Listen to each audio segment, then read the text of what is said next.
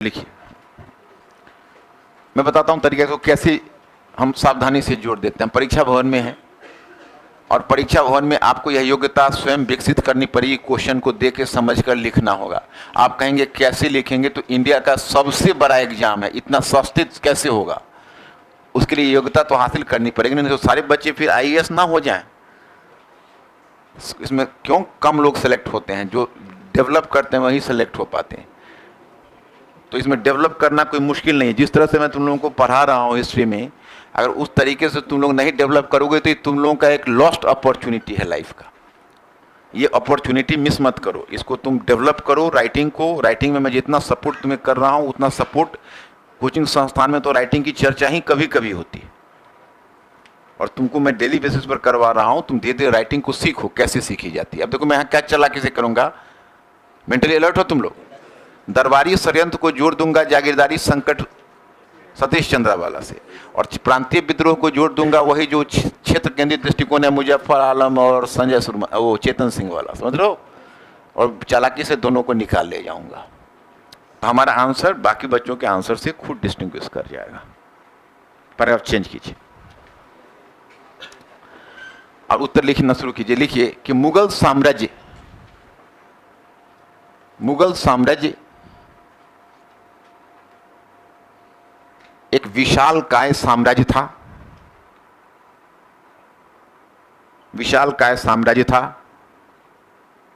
तथा भारतीय उपमहाद्वीप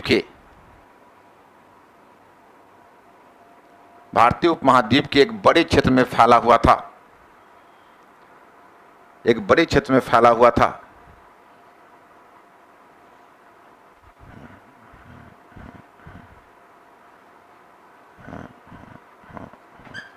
फैला हुआ था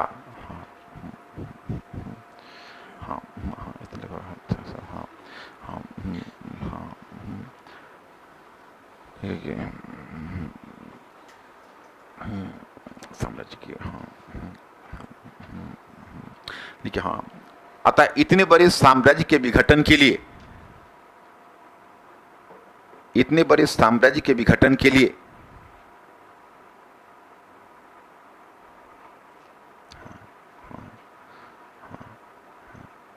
अनेक कारक उत्तरदायी रहे थे, अनेक कारक उत्तरदायी रहे थे, उत्तरदायी रहे थे। इनमें इनमें इनमें दो प्रमुख कारण थे, इनमें दो प्रमुख कारण थे। दरबारी षड्यंत्र, दरबारी षड्यंत्र षड्यंत्र एवं प्रांतीय शक्तियों की अवमानना, एवं प्रांतीय शक्तियों की अवमानना।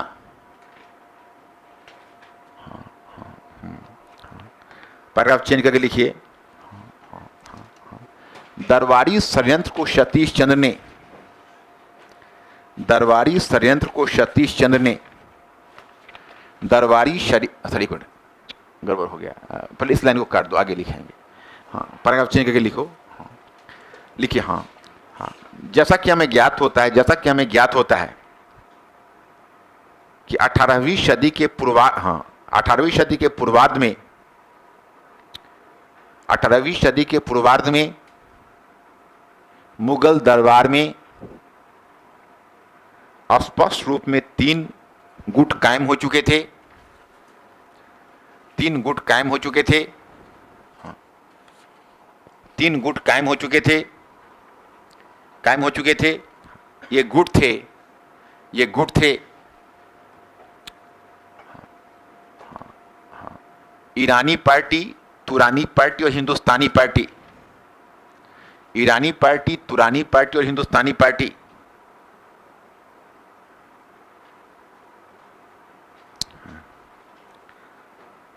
हिंदुस्तानी पार्टी। देखिए हाँ, सतीश चंद्र ने, सतीश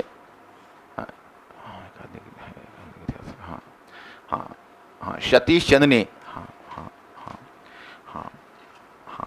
अपनी प्रसिद्ध पुस्तक party and politics at Mughal court, अपनी प्रसिद्ध पुस्तक party and politics at Mughal court तथा जागीरदारी संकट में, अपनी प्रसिद्ध पुस्तक party and politics at Mughal court तथा जागीरदारी संकट में, party and politics at Mughal court एंड जागीरदारी संकट में, जागीरदारी संकट में, जागीरदारी संकट में,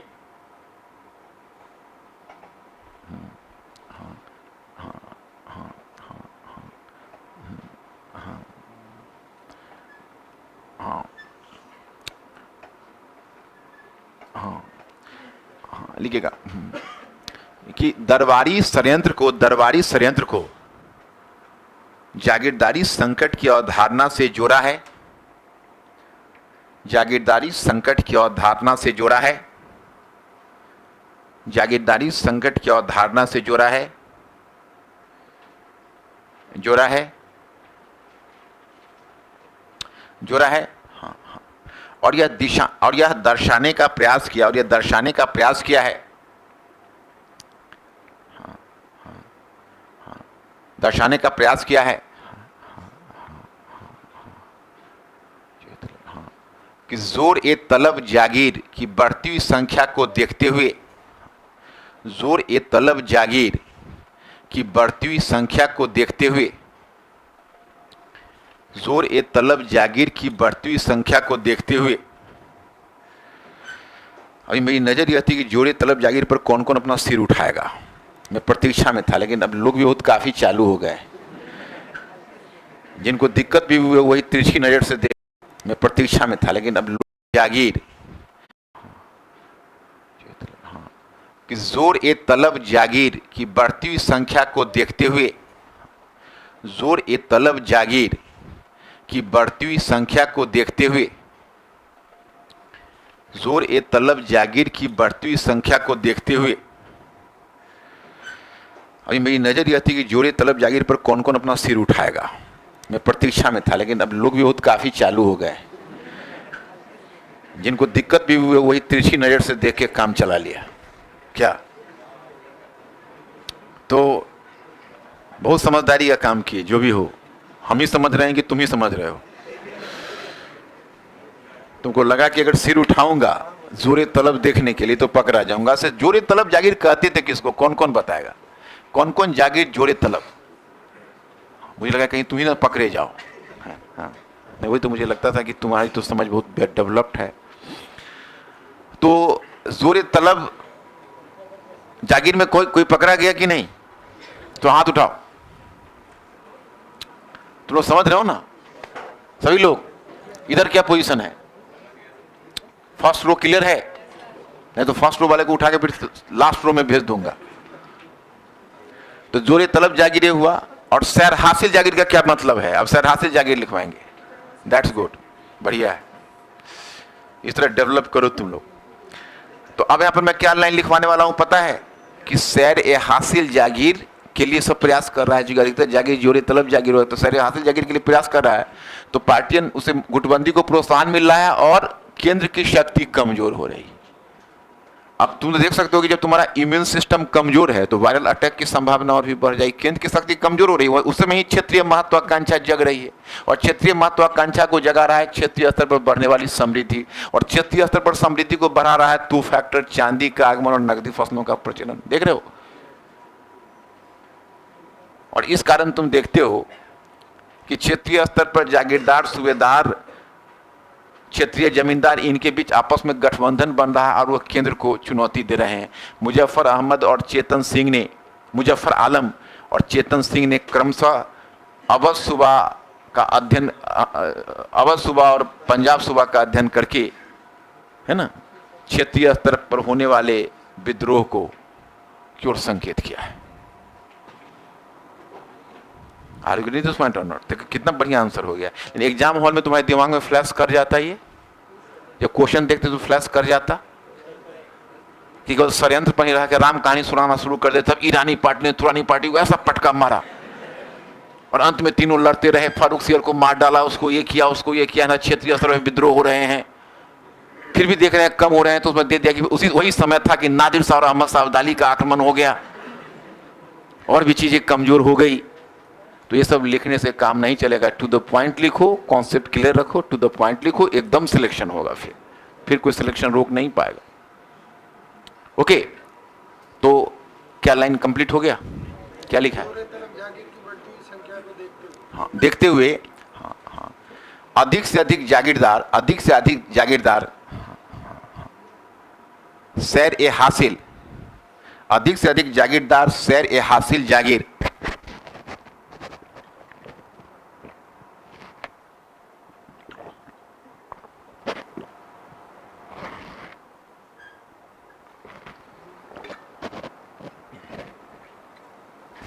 अधिक से अधिक जागीरदार सैर ए हासिल जागीर प्राप्त करने का प्रयास कर रहे थे।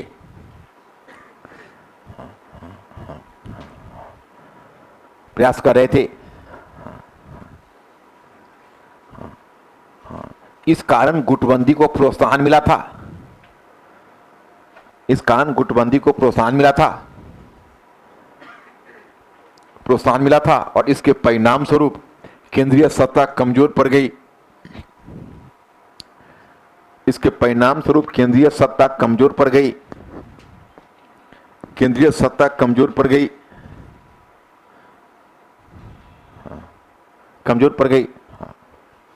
पैराग्राफ चेंज करके, हाँ हाँ, वही समय है, वही समय है, वही समय है कि क्षेत्रीय कुलीनों की महत्वाकांक्षा बढ़ रही थी। वही समय है कि क्षेत्रीय कुलीनों की महत्वाकांक्षा बढ़ रही थी, बढ़ रही थी।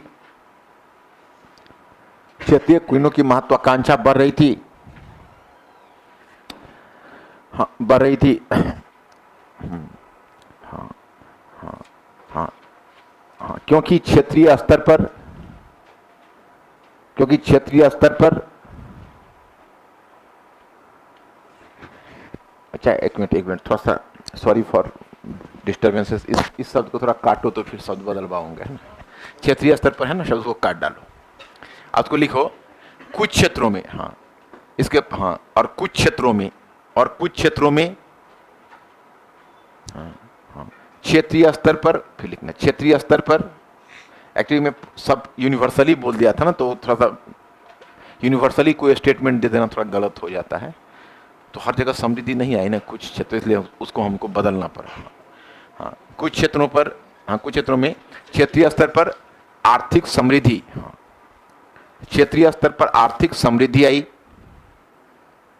क्षेत्रीय स्तर पर आर्थिक समृद्धि आई। हाँ, इस कारण क्षेत्रीय कुलीनों की महत्वाकांक्षा बढ़ गई। इस कारण क्षेत्रीय कुलीनों की महत्वाकांक्षा बढ़ गई। हाँ, समृद्धि का कारण था, समृद्धि का कारण था यूरोप से बड़ी मात्रा में चांदी का आगमन। यूरोप से बड़ी मात्रा में चांदी का आगमन, चांदी का आगमन, और नकदी फसलों का, और नकदी फसलों, और नकदी फसलों की खेती को प्रोत्साहन, नकदी फसलों की खेती को प्रोत्साहन।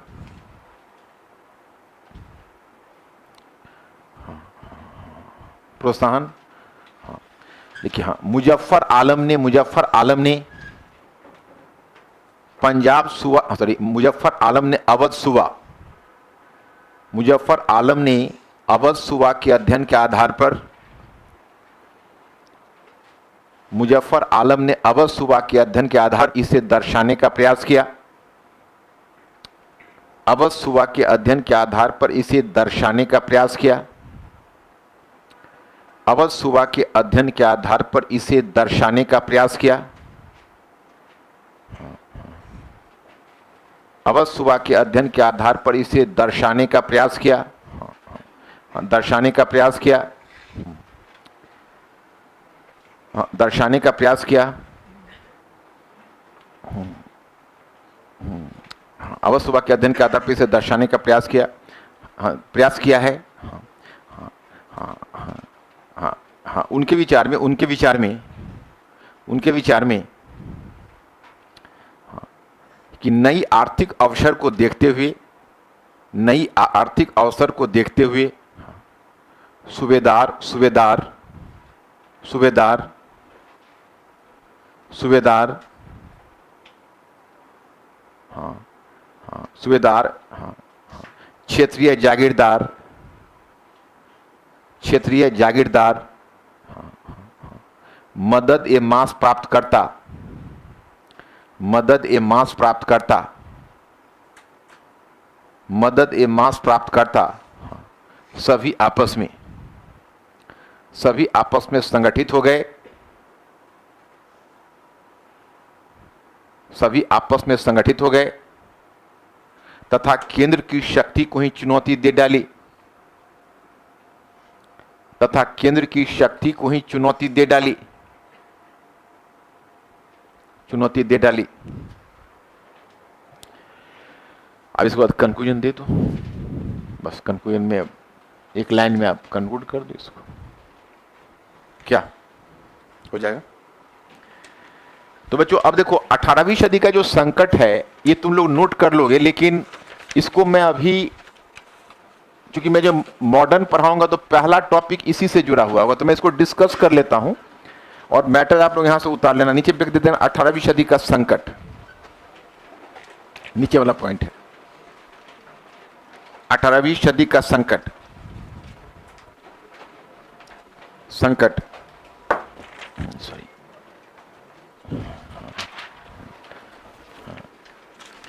18वीं सदी का संकट। और जहां पर संकट तुमने देखा वहां पर मैटर को थोड़ा सा, ये ले लो, किसका है ये, इधर तुम्हारा है, रख लो।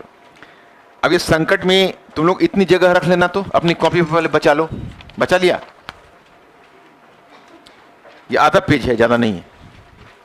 अब देखो मैं इसमें आपको बता देना चाहता कि इसमें क्या है चक्कर।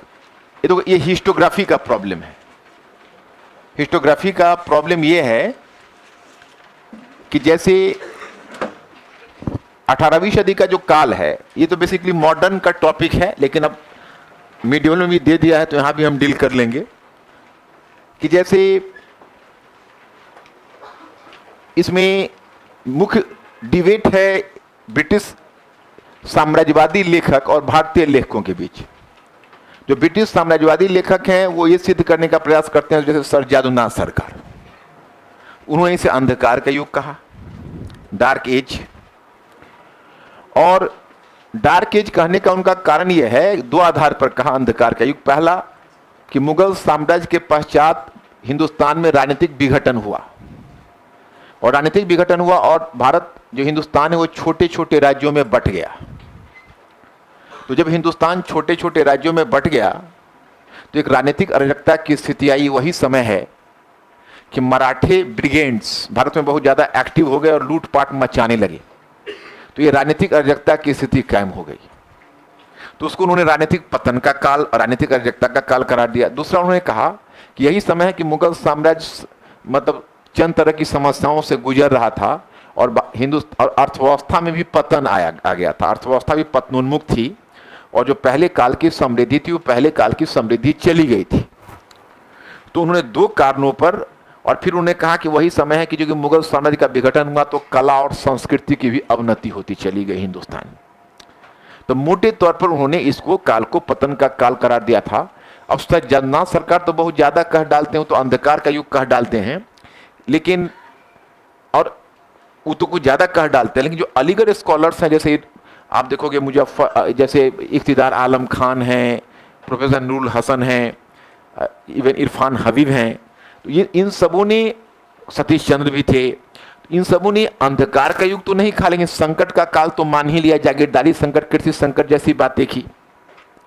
तो कुल मिलाकर जो एक ग्रुप ऑफ हिस्टोरियंस है, अब जगन्नाथ सरकार तो इसको अंधकार का युग ही करार दे देते हैं। तो बाद में क्या हुआ, जो न्यू लाइट ऑफ हिस्टोग्राफी आई, जो मैं मॉडर्न हिस्ट्री में पढ़ाऊंगा, क्योंकि एक दृष्टांत तो वहीं से निकल कर आएगा। तो मॉडर्न हिस्ट्री में आपको ये सूचना मिल जाएगी कि चूंकि सेकेंड हाफ को सर जगन्नाथ सरकार ने प्रगति का काल कहा है। जैसे उन्होंने बैटल ऑफ पलासी का मूल्यांकन करते हुए कहा है कि पलासी के युद्ध के साथ मध्ययुग की समाप्ति और आधुनिक युग का आरंभ हुआ। तो कुछ क्रिटिक्स का मानना है कि जानबूझ के 18वीं सदी के पूर्वार्ध को डार्क एज करार देने का फायदा यह हुआ कि 18वीं सदी के उत्तरार्ध को प्रकाश का युग सिद्ध करना आसान हो गया और यह दिखाना आसान हो गया कि ब्रिटिश शासन के समय हिंदुस्तान में प्रगति हुई। तो अब यह धारणा खंडित हो गई है। अब ऐसा मानते हैं कि देखिए ऐसी बात नहीं है, 18वीं सदी के पूर्वार्ध में मुगल साम्राज्य का विघटन तो हुआ, लेकिन क्षेत्रीय स्तर पर कुछ उत्तराधिकारी राज्य कायम हुए। उन्होंने अपने अपने क्षेत्र में अच्छी सरकारें स्थापित की, जैसे बंगाल में मुर्शिद कुली खान, अवध में शादत खान, हैदराबाद में निजामुल मुल्क। और उधर मैसूर डायरेक्ट उत्तराधिकारी राज्य तो नहीं था, लेकिन मुगल मॉडल से प्रभावित था, और वहां हैदर अली और टीपू सुल्तान जैसे शासकों ने भी योग्य शासन व्यवस्था की स्थापना की थी। तो इसलिए इसको हम राजनीतिक विघटन का काल नहीं कह सकते और इसको राजनीतिक पतन का काल मानना उचित नहीं है। जैसे आप एक में एक, अच्छा, नंबर 1, नंबर 2 कि माना गया कि आप इसको आर्थिक पतन का काल कैसे कह सकते हो। यह आर्थिक पतन का काल हरगिज नहीं है। यह आर्थिक पतन का काल इसलिए नहीं है कि इनका यह तर्क है कि इसे हम आर्थिक अवनति का काल कैसे मान सकते हैं। आर्थिक अवनति का काल मानने की कोई वजह है नहीं, क्योंकि यही समय है कि इतनी बड़ी मात्रा में यूरोप से चांदी का आगमन हो रहा है, नकदी फसलों का प्रचलन हो रहा है। तो कुछ उसी तरह की बात है कि मैं एक दृष्टांत में आपको समझाता हूं कि दो व्यक्ति 2 वर्ष पहले किसी गांव का अवलोकन करने गए। तो एक व्यक्ति की निगाह मुखिया के मकान पर थी और दूसरे व्यक्ति की निगाह शेष गांव वासियों के मकान पर थी। समझ रहे हो? तो जिसकी निगाह मुखिया के मकान पर थी उसने देखा कि मुखिया के मकान चमक रहे हैं, अट्टालिका जैसी बड़ी इमारत है जो चमक रही, और जो शेष गांव के लोग हैं वो छोटे छोटे झोपड़ी में या फिर मिट्टी के मकानों में रह रहे हैं।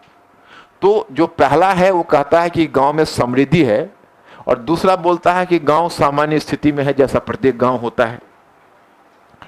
अब वहां से जब दोनों लौट के आए, फिर 20 वर्षों के बाद इन्हीं दोनों पर्यवेक्षकों को फिर भेजा गया कि जरा गांव का मुआयना करके आइए। तो जब दोनों पर्यवेक्षक गए तो एक पर्यवेक्षक जिसकी निगाह मुखिया के मकान पर थी, उसने देखा कि मुखिया के मकान की चमक जा चुकी है और उसका एक कॉर्नर ढहने लगा है, और दूसरी तरफ जो गांव के जो मकान थे जो मिट्टी और झोपड़े के थे वो अब ईंटों के मकान में तब्दील हो गए। अधिकतर मकान ईंटों में बन चुके। तो पहला वाला आकर बोलता है उस गांव का पतन हो गया, और दूसरा वाला बोलता है उस गांव में समृद्धि आ गई। तब दोनों में कौन गलत है? यही है इतिहास लेखन कि जी तुम्हारा मूल्यांकन का आधार जो होगा उसी आधार पर मूल्यांकन होगा। तो जगन्नाथ सरकार की निगाह मुखिया के मकान पर है, और बाकी जो हिस्टोरियन है कैरन लियोनार्ड और मुजफ्फर आलम, चेतन सिंह और संजय सुब्रमण्यम, उसका गांव के लोगों के मकान पर है। तो ये कहते हैं इस काल में तो समृद्धि आई उल्टा, बल्कि अगर गांव में अगर विपन्नता आई तो तब आई जब ब्रिटिश यहां से धन की निकासी करना शुरू कर दिया। पलासी के बैटल के बाद जब लूटना शुरू कर दिया। ब्रिटिश जब तक भारतीय अर्थव्यवस्था को लूटना नहीं शुरू किया था तब तक तो भारतीय अर्थव्यवस्था समृद्धि की ओर जा रही थी। और रह गई कला और संस्कृति की बात, तो इसके एवज में कहा गया कि इस काल में कला का पतन नहीं हुआ, मुगल साम्राज्य का विघटन हुआ, लेकिन जो मुगल कला वो क्षेत्रीय स्तर पर जाकर शोभा बढ़ाने लगी। राजपूत दरबार में चली गई, अवध के दरबार में चली गई, बंगाल के दरबार में चली गई। तो आप देखेंगे कि वहां जाकर क्षेत्रीय स्तर पर अब संगीत की नई नई शैलियां का विकास हुआ। पहले मुगल दरबार में ध्रुपद गायकी प्रमुख थी, और ध्रुपद गायकी के बाद ख्याल गायकी आई। अब उसमें आप देखोगे कि अब शुरू हो गई गजल गायकी, ठुमरी गायकी। ये सब अब नई नई संगीत की शैलियां क्षेत्रीय स्तर पर संरक्षण पाने लगी। और वही समय कि क्षेत्रीय स्थापत्य का विकास हुआ, चित्रकला क्षेत्रीय स्तर पर जाकर फैल गई। तो इसको हम पतन का काल नहीं करके नई संभावनाओं का काल कहें। सतीश चंद्र ने कहा है। यह दूसरी बात है कि उल्टा ने ब्रिटिश ने आकर उस प्रक्रिया को और भी अवरुद्ध कर दिया। कॉन्सेप्ट समझ में आ गया तुम लोग? इस मैटर को ले लेना, और बाकी जब मॉडर्न हिस्ट्री करोगे तो उसमें डिटेल्स में तो ये सब चीज हो ही जाएगी। अब बच्चे थोड़ा सा कल्चर की तरफ हम लोग चलेंगे।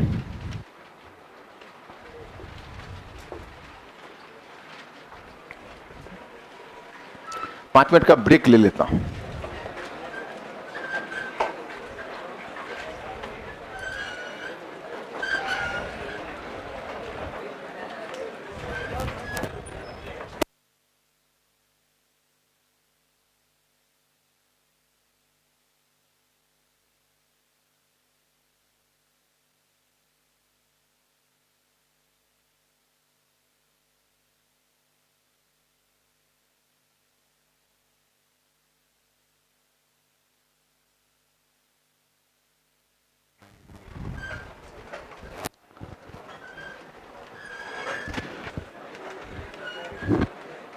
तुम लोगों ने संस्कृति पर कुछ अध्ययन किया है? देखो, इस प्रिंसिपल को याद रखना, रीड, फील एंड थिंक। संस्कृति जब तक फील नहीं करोगे वो इफेक्ट आ नहीं पाएगा, क्योंकि जो क्वेश्चन यूपीएससी में पूछते रहेंगे वो अप्लाइड पूछते रहेंगे, और अप्लाइड क्वेश्चन को कवर करने के लिए आपको थोड़ी समझ डेवलप करने की जरूरत होगी। अब इधर गौर करिए, तो आते ही रहेंगे, जाते ही रहेंगे।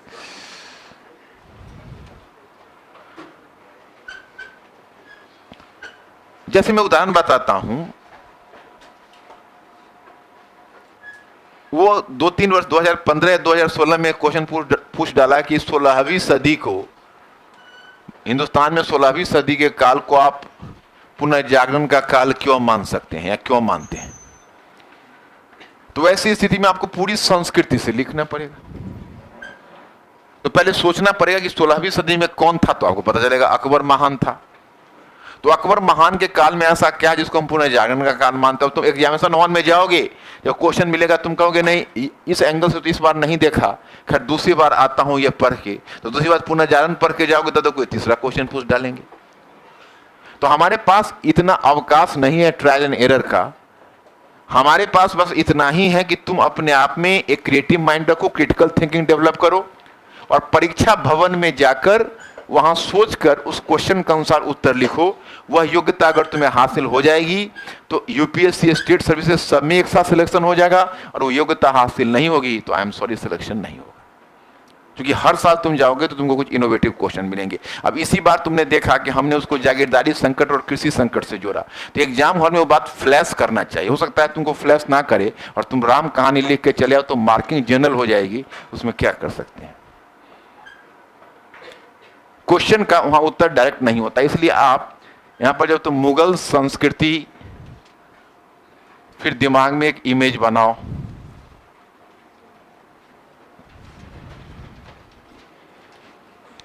मुगल संस्कृति,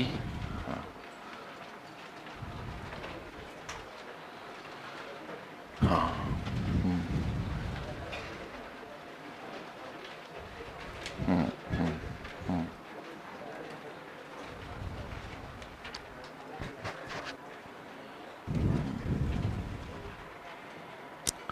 सांस्कृतिक,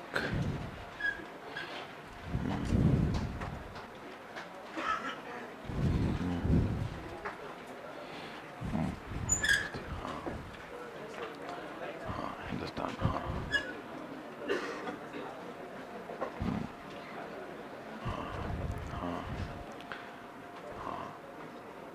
भारतीय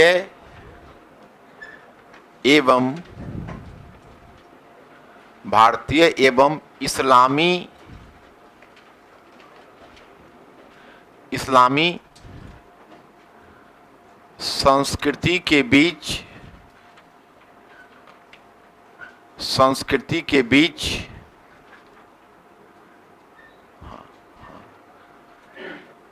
क्रमिक समन्वय के 3 चरण, क्रमिक समन्वय के 3 चरण,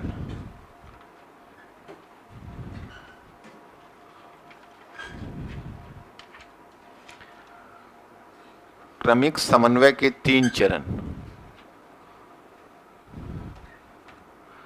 3 चरण। अब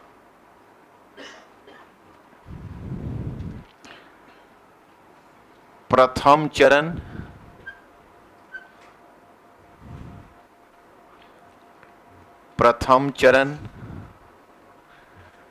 ब्रैकेट में दे दो सल्तनत काल। प्रथम चरण ब्रैकेट में दे दो सल्तनत काल, सल्तनत काल, सल्तनत काल। फिर नीचे एक एरो दे दो और लिखो दूसरा चरण, दूसरा चरण, और दूसरा चरण में दे दो प्रांतीय, प्रांतीय सरकारों का काल, प्रांतीय सरकारों का काल। प्रांतीय सरकारों का काल, फिर एरो दे दो और एरो देकर लिखो तीसरा चरण। तीसरा चरण। अब तीसरा चरण में दे दो ब्रैकेट में मुगल काल। तीसरा चरण में दे दो मुगल काल। मुगल काल।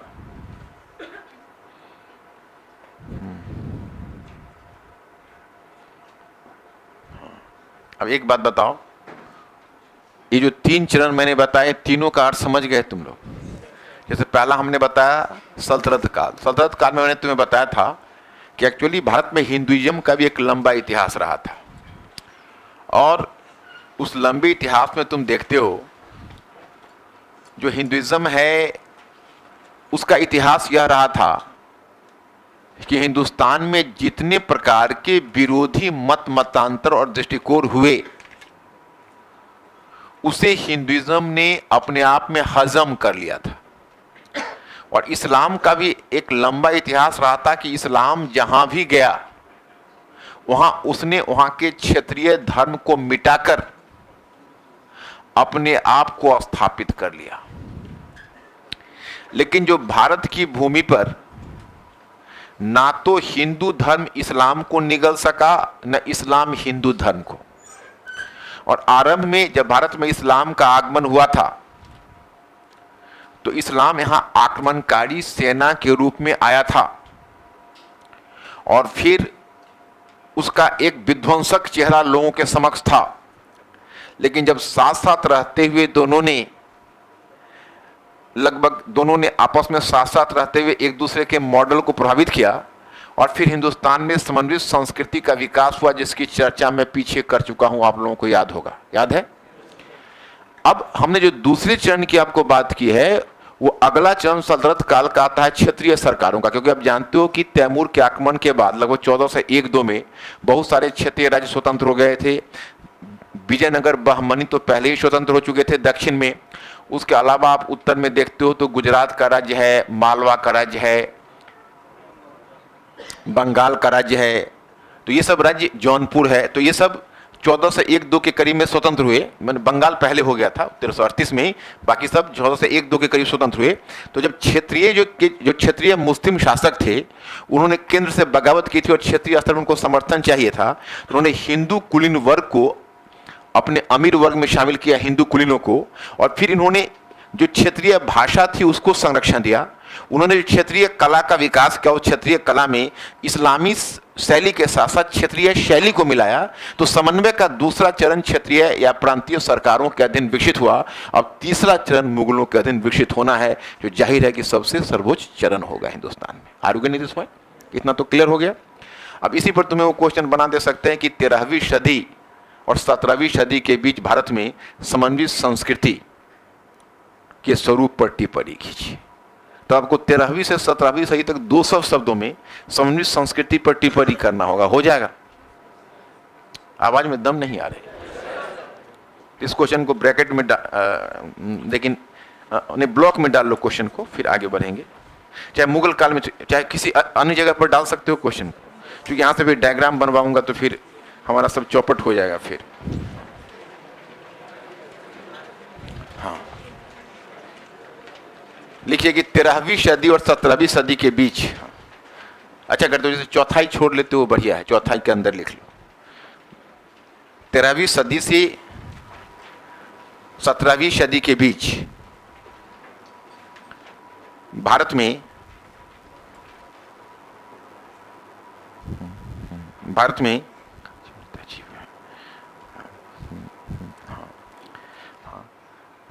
समन्वित संस्कृति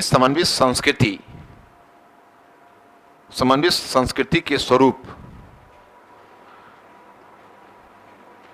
समन्वित संस्कृति के स्वरूप को स्पष्ट कीजिए।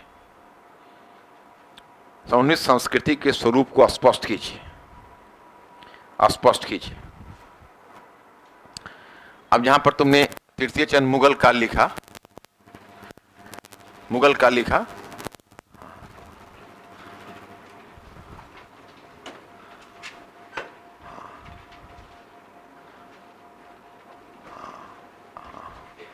हाँ, मुगल काल लिखा ना, मुगल काल में एक एरो दे दो, और हाँ, इसमें पहले दे दो, हाँ,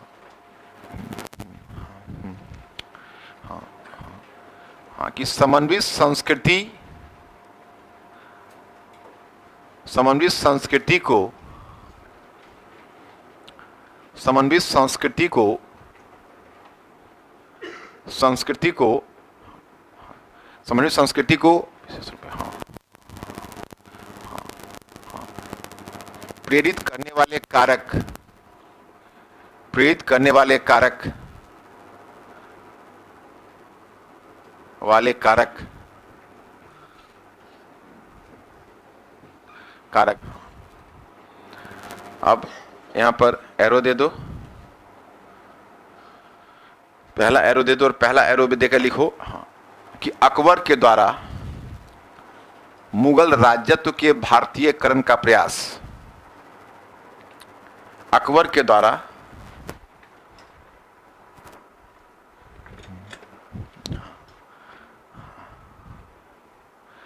अकबर के द्वारा मुगल राजत्व, अकबर के द्वारा मुगल राजत्व के भारतीयकरण का प्रयास। अर्गणित हुआ, ये चीज क्लियर हुआ, समन्वित संस्कृति को प्रोत्साहन मिल रहा है। दूसरा एरो दे दो फिर, और लिखिए, हाँ, संयुक्त अमीर वर्ग, संयुक्त अमीर वर्ग के निर्माण के क्रम में, निर्माण के क्रम में,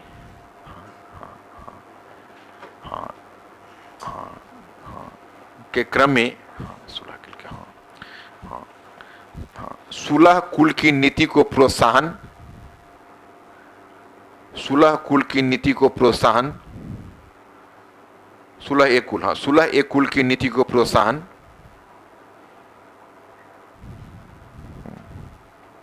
तीसरा एरो बनाओ और लिखिए भक्ति एवं सूफी आंदोलन का प्रभाव, भक्ति एवं सूफी आंदोलन का प्रभाव, सूफी आंदोलन का प्रभाव। चौथा एरो बनाओ, देखो मुगल हरम, मुगल हरम में निवास करने वाली राजपूत महिलाओं का प्रभाव, मुगल हरम में निवास करने वाली राजपूत महिलाओं का प्रभाव।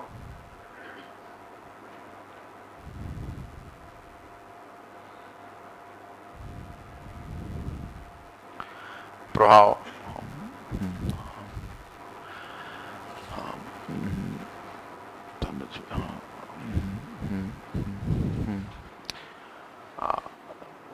फिर एक एरो लास्ट बना दो, लास्ट यही है, हाँ, हो जाएगा। हाँ, लिखिएगा, हाँ, मुगल साम्राज्य, हाँ, हाँ, हाँ, हाँ, मुगल साम्राज्य के भारतीय स्वरूप,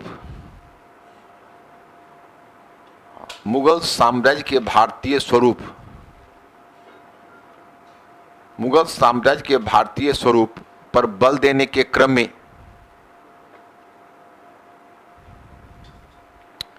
बल देने के क्रम में क्षेत्रीय संस्कृति को संरक्षण, क्षेत्रीय संस्कृति को संरक्षण, क्षेत्रीय संस्कृति को संरक्षण। अब नीचे जैसे आपने, ये हो गया आपका, ये इतने कारक हैं। इस कारक में थोड़ा सा एक नजर मारो और बताओ कि किसी कारक में तुमको कोई डाउट है तो हमसे पूछो, कोई डाउट नहीं है। अब तुम लोग को बहुत कुछ क्लियर हो गया, अब डाउट होने का कारण नहीं है। मुख्य रूप से तुमको समझना है कि जो क्वेश्चन आंसर होता है वो मैनिपुलेट करके लिखना पड़ेगा तुम्हें, और मैनिपुलेशन तभी होगा जब तुम्हारी समझ विकसित होगी, तभी आप एग्जाम हॉल में जाके उसको कहीं से कहीं जोड़ना पड़ेगा। कभी इधर से जोड़ना पड़ता है, उधर से, कई बार तो तुम ऐसा जोड़ना पड़ेगा जिसके बारे में तुम बाहर में इमेजिन नहीं कि वो परीक्षा भवन में जाकर दिमाग चलाना पड़ता है जोड़ने के लिए। अब वहां पर तुमने लिखा, अब एक एरो ऐसे फिर नीचे की तरफ ले जाओ, नीचे की तरफ एक नया मुद्दा दूंगा, वहां से कहां से ले रहे हो एरो? जैसे पीछे जैसे एरो तुमने यहाँ छोड़ा हुआ था ना, ये वाला, तो यहीं से सीधा एरो खींच लो ताकि यहीं से मुद्दा जुड़ जाएगा। हाँ ठीक है। अब नीचे जहां तुमने एरो लिखा वहां पर हेडिंग दे दो। हाँ हाँ हाँ हाँ हाँ हाँ कि समन्वित संस्कृति, हाँ समन्वित, हाँ समन्वित संस्कृति का विभिन्न क्षेत्रों में, हाँ समन्वित संस्कृति का विभिन्न क्षेत्रों में अभिव्यक्ति, समन्वित संस्कृति का विभिन्न क्षेत्रों में अभिव्यक्ति, समन्वित संस्कृति का विभिन्न क्षेत्रों में अभिव्यक्ति, अभिव्यक्ति, अभिव्यक्ति। अब अभिव्यक्ति जहां है वहां पर आप वहां से जहां तक लिखा अभिव्यक्ति वहां से फिर एक ऐसे बनाओ एरो और पहला खींचो, ऐसे सेंटर से फिर 3-4 एरो बनाना पड़ेगा और फिर उसको विस्तार करेंगे हम लोग। पहला एरो खींचो और इस एरो में लिखो हाँ हाँ हाँ हाँ देखिए हाँ मुगल काल में, मुगल काल में, मुगल काल में हाँ हाँ हाँ हाँ हाँ हाँ भक्ति एवं सूफी संतों के द्वारा, भक्ति एवं सूफी संतों के द्वारा, भक्ति एवं सूफी संतों के द्वारा, सूफी संतों के द्वारा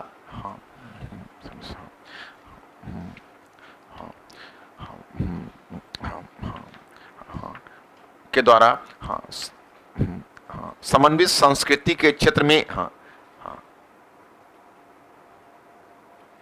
समन्वित संस्कृति के क्षेत्र में योगदान, समन्वित संस्कृति के क्षेत्र में योगदान।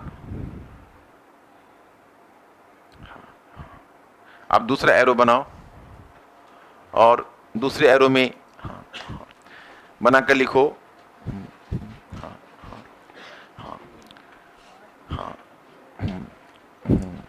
कि मुगल शासकों के अधीन, मुगल शासकों के अधीन संस्कृत संस्कृत संस्कृत विश्व दृष्टि, संस्कृत विश्व दृष्टि एवं संस्कृत विश्व दृष्टि एवं विश्व, यानी उसको वर्ल्ड व्यू बोलते हैं, अंग्रेजी में वर्ल्ड व्यू कहते हैं। विश्व दृष्टि का मतलब हुआ कि संस्कृत विश्व दृष्टि एवं फारसी विश्व दृष्टि के बीच, संस्कृत विश्व दृष्टि एवं फारसी विश्व दृष्टि के बीच समन्वय का प्रयास, समन्वय का प्रयास जो समकालीन साहित्य में, जो समकालीन साहित्य में, समकालीन साहित्य में व्यक्त हो रहा था, जो समकालीन साहित्य में व्यक्त हो रहा था, व्यक्त हो रही थी, कर दो व्यक्त हो रही थी। अब तीसरा एरो बनाओ, ऐसे लिखिए हाँ हाँ हाँ लिखिए हाँ हाँ हाँ स्थापत्य कला, स्थापत्य कला में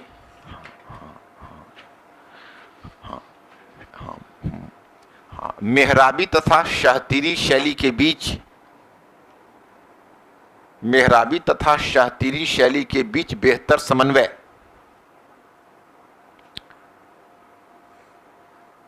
मेहराबी तथा शाहतीरी शैली के बीच बेहतर समन्वय, बेहतर समन्वय। फिर नेक्स्ट वन एरो दो और लिखिए हाँ चित्रकला, चित्रकला, चित्रकला के क्षेत्र में, चित्रकला के क्षेत्र में भारतीय तत्वों का बढ़ता हुआ प्रभाव, चित्रकला के क्षेत्र में भारतीय तत्वों का बढ़ता हुआ प्रभाव, बढ़ता हुआ प्रभाव।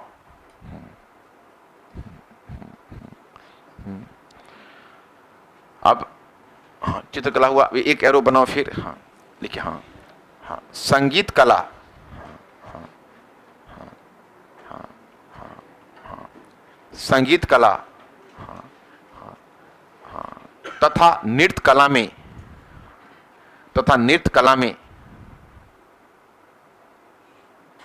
भारतीय तत्वों का, भारतीय तत्वों हाँ भारतीय तत्वों को संरक्षण दिया जाना, भारतीय तत्वों को संरक्षण दिया जाना, भारतीय तत्वों को संरक्षण दिया जाना। अब ये हो गया, अब इतना को हम लोग देख लेंगे, इसी से तुम्हारा सारा क्वेश्चन निकल जाएगा।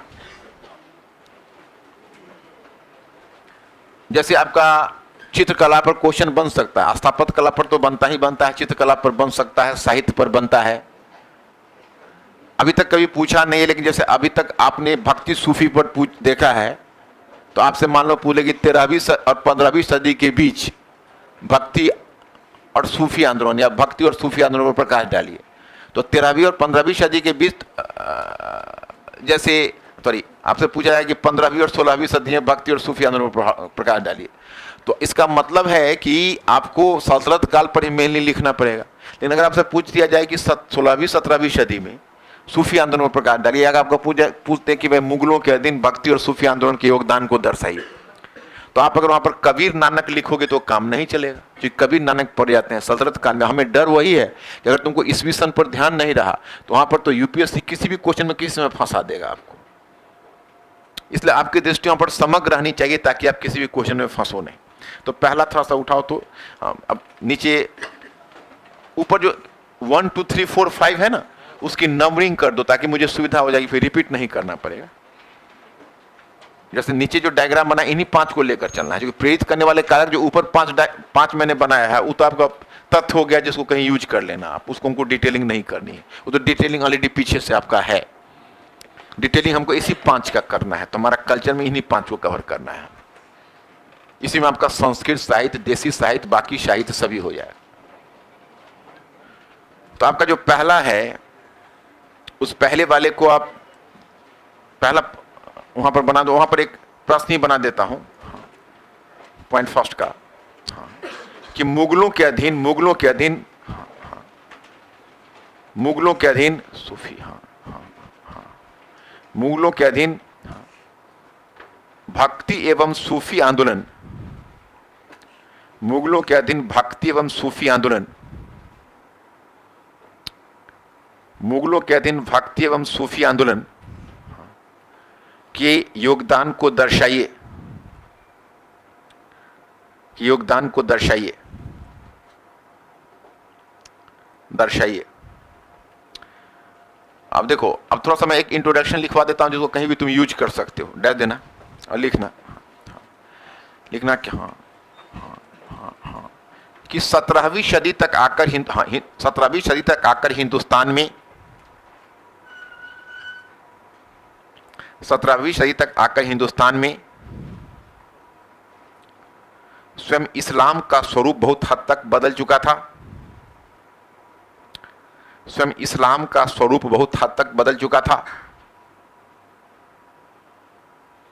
इस्लाम का स्वरूप बहुत हद तक बदल चुका था, बदल चुका था। इस्लाम पर भक्ति आंदोलन, इस्लाम पर भक्ति आंदोलन और हिंदू धर्म दोनों का प्रभाव अस्पष्ट था, दोनों का प्रभाव अस्पष्ट था, दोनों का प्रभाव अस्पष्ट था, हाँ अस्पष्ट था, हाँ यही कारण है कि दक्षिण एशिया का इस्लाम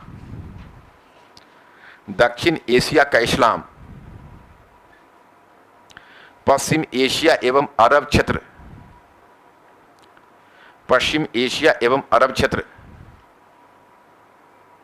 के इस्लाम से पृथक हो चुका था,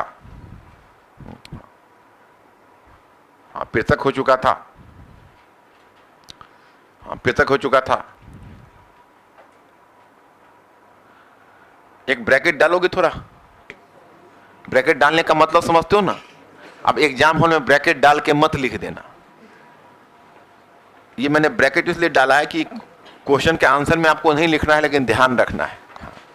ब्रैकेट डाल लो। हाँ, इसलिए वर्तमान में चिंता का कारण यह है,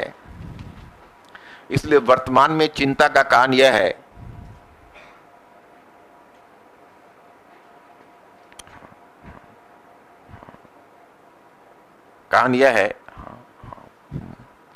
वर्तमान में चिंता का कारण यह है कि इस्लामी,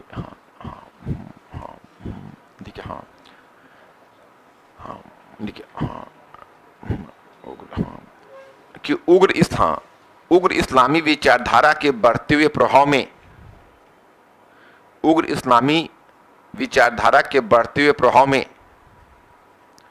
उग्र इस्लामी विचारधारा के बढ़ते हुए प्रभाव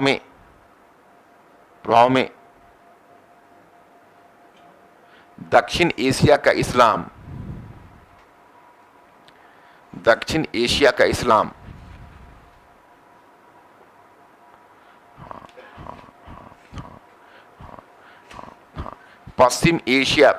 एशिया एवं अरब क्षेत्र के इस्लाम, पश्चिम एशिया एवं अरब क्षेत्र के इस्लाम, अरब क्षेत्र के इस्लाम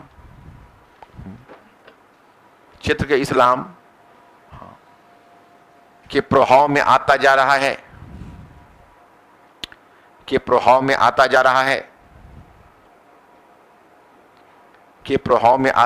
है,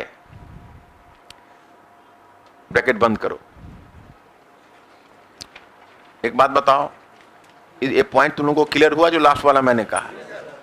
तो क्या लगता है कौन कौन इस पर अपना ओपिनियन देगा कि जो उग्र इस्लामी विचारधारा का बढ़ता हुआ प्रभाव है दक्षिण एशिया के इस्लाम पर बढ़ रहा है? कुछ युवक यहाँ से आईएएस के मेंबर्स भी जाके बन गए, पाकिस्तान से तो रिक्रूटमेंट हो ही रहा है, बांग्लादेश से तो बड़ी संख्या में हो रहा है। तो ऐसी प्रवृत्ति पहले थी नहीं सूफिज्म के कारण। तो मुद्दा यह है कि आपको ऐसा क्या लगता है, क्या वजह है इसकी?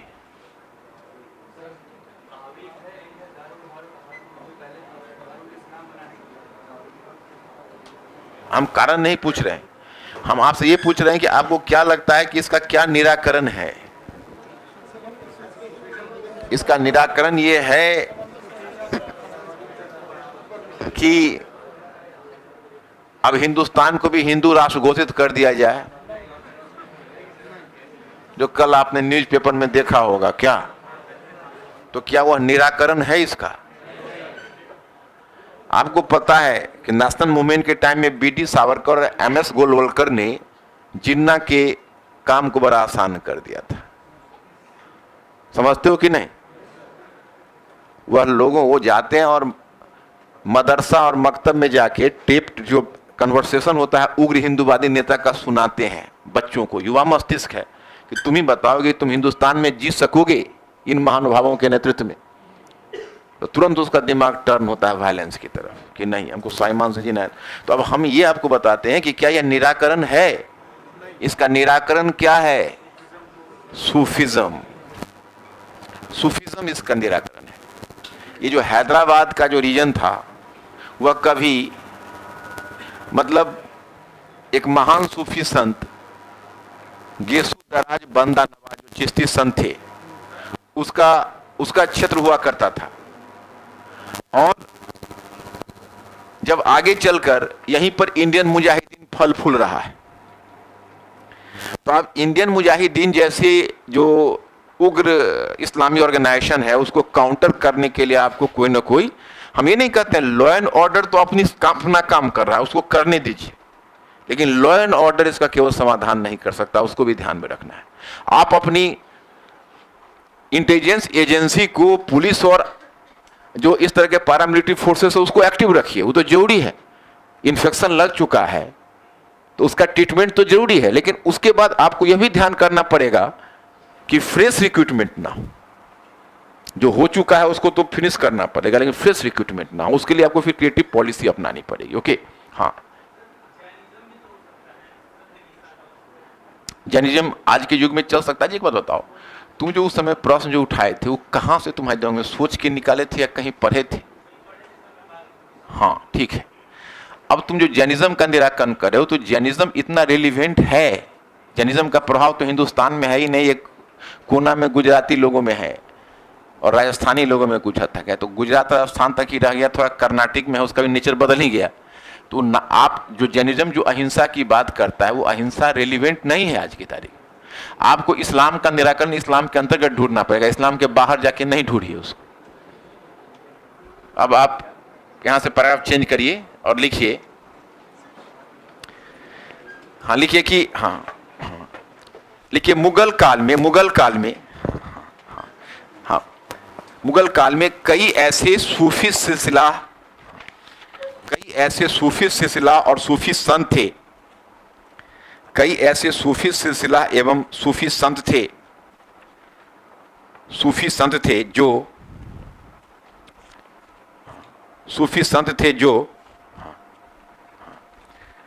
इस्लाम जो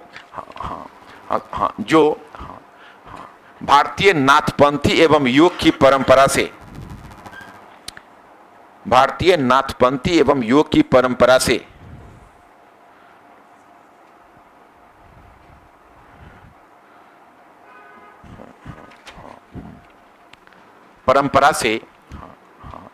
प्रभावित हो रहे थे।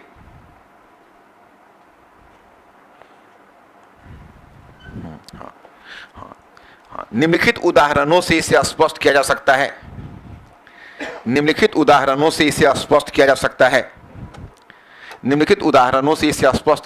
है। देखिएगा, सूफियों के चिश्ती साविरी शाखा,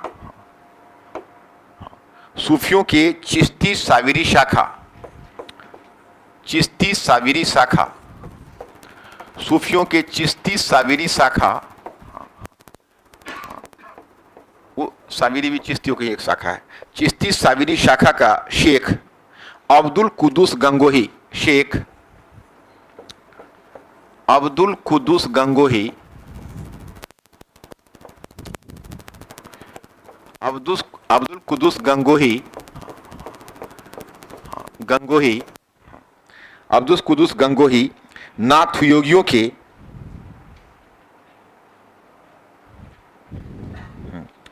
नाथ योगियों के सर्वेश्वरवादी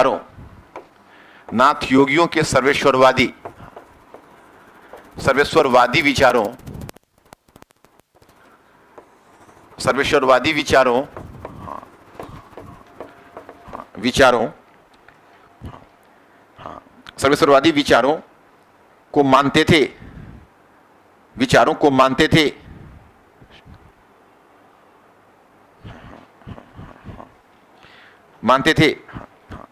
उन्होंने अलख उपनाम से, अलख किसको कहते हैं? अलख निरंजन याद है ना?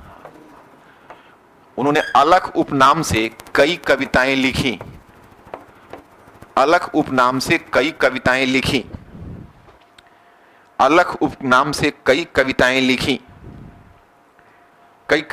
अच्छा एक बात बताइए मुझे, यहां पर एक टर्म का यूज हुआ है, सर्वेश्वरवादी विचार का मतलब समझते हो? तुम तो समझते होगे हर जगह। और वो जो मैंने नाथपंथियों का बताया था ना, शिव से साक्षात्कार जो यहाँ करते थे, वो शिव निराकार ईश्वर को पूजते थे।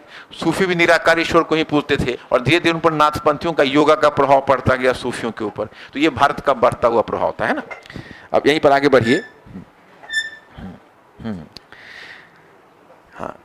लिखिए कि भारत में फिर भारत में योग को सीधे अपनाने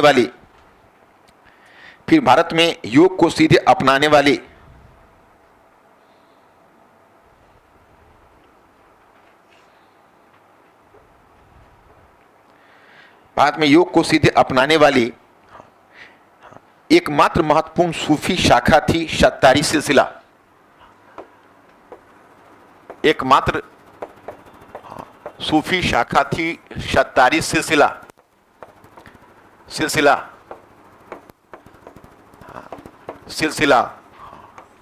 शत्तारी सिलसिला। शत्तारी वनों में योगियों की भांति फल फूल खाकर रहते थे। शत्तारी वनों में योगियों की भांति फल फूल खाकर रहते थे और कठोर शारीरिक यातनाएं